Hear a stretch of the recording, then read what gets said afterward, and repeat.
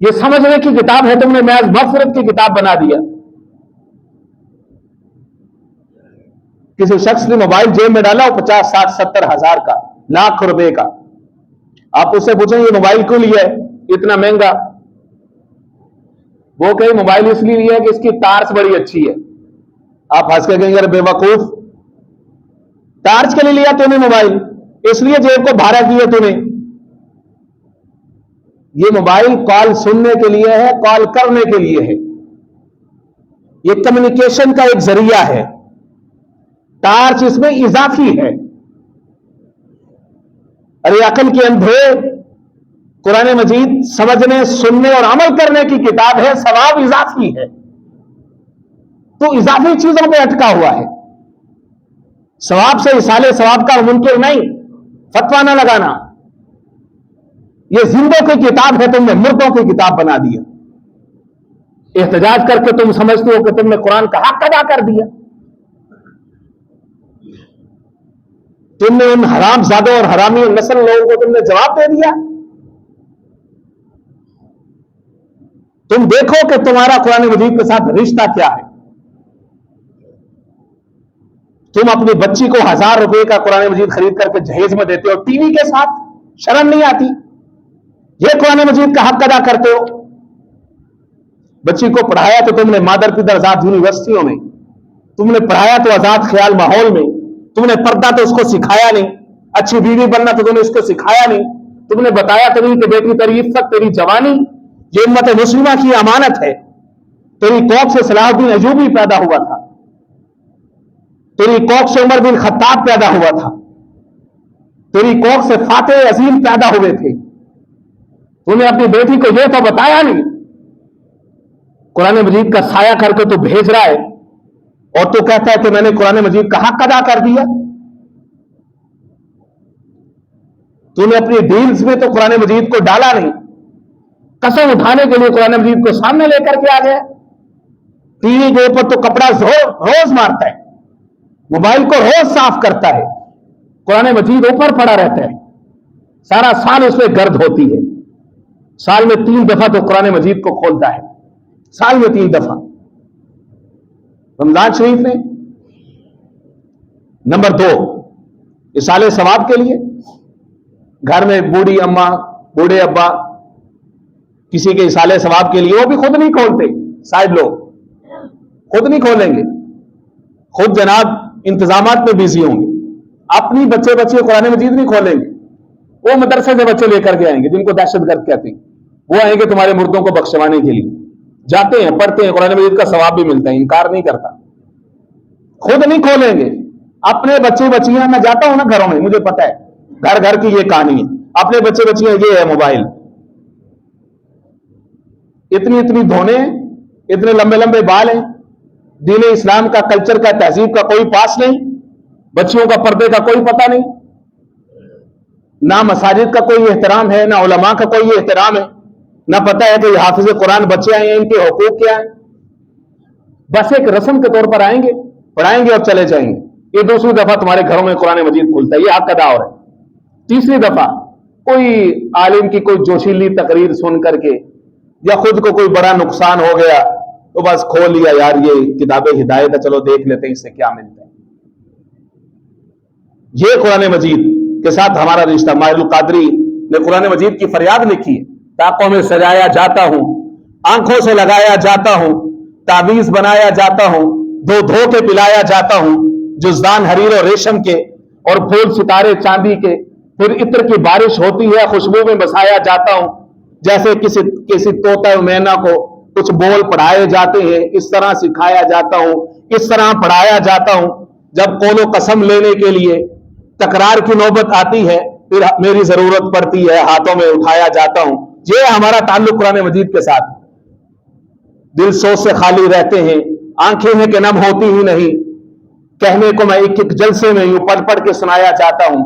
یہ میری عقیدت کے دعوے اور قانون پہ راضی غیروں کے، یہ میری عقیدت کے دعوے اور قانون پہ راضی غیروں کے جو بھی مجھے رسوا کرتے ہیں، اس طرح ستایا جاتا ہوں۔ یہ قرآن مجید کی فریاد ہے۔ خدا کے لیے آئیے، قرآن مجید کو سینے سے لگائیے، خود پڑھیے، اپنے بچوں کو پڑھائیے، اپنی زندگیاں تبدیل کیجیے۔ آپ کے پاس اللہ کی کتاب سب سے بڑا ہتھیار ہے۔ آپ کا معاشی نظام، معاشرتی نظام، سیاسی نظام، ہر چیز اس کے اندر پڑی ہوئی ہے۔ ہاتھ باندھ کے کہتا ہوں، جو شیلے نعرے چھوڑ دیجئے، جو شیلے نعرے چھوڑ دیجئے، آپ اپنے معاشرے میں تبدیلی لے کر کے آئیے۔ یہ جو آپ نے رٹ لگائی ہوئی ہے نا سیاسی اور مذہبی تفریق کی، سیاسی جماعتیں، مذہبی جماعتیں، سیاسی جماعتوں کا کیا مطلب ہے؟ سیاسی لوگوں کا کلمہ نہیں ہوتا، نماز نہیں ہوتی، مذہب نہیں ہوتا، قرآن نہیں ہوتا، مذہبی لوگوں کو حق نہیں ہے سیاست کی بات کرنے کا۔ یہ کیا تفریق ہے؟ جدا ہو دین سیاست سے تو رہ جاتی ہے چنگیزی۔ کھل کے کہو کہ سیاسی لوگ دین اسلام سے خارج ہیں، نہیں کہہ سکتے تم لوگ، پڑھتے ہیں کلمہ، مسلمان ماں نے ان کو جنم دیا ہے۔ اس تفریق کو ختم کرو۔ قرآن مجید سب کا ہے، سیاست سب کی ہے، معاشرت سب کی ہے، معیشت سب کی ہے۔ خدا کے لیے سب جگہ پہ قرآن مجید کو لے کر کے آئیے، پھر آئے گی تبدیلی۔ خالی احتجاجوں سے تبدیلی آنے والی نہیں ہے۔ اپنے نفس کے خلاف احتجاج کیجیے، اپنے اندر جھانکیے کہ آپ کا قرآن مجید کے ساتھ تعلق کیا ہے۔ القائل احتاج من سامعین، کہنے والا سننے والوں سے زیادہ محتاج ہوتا ہے۔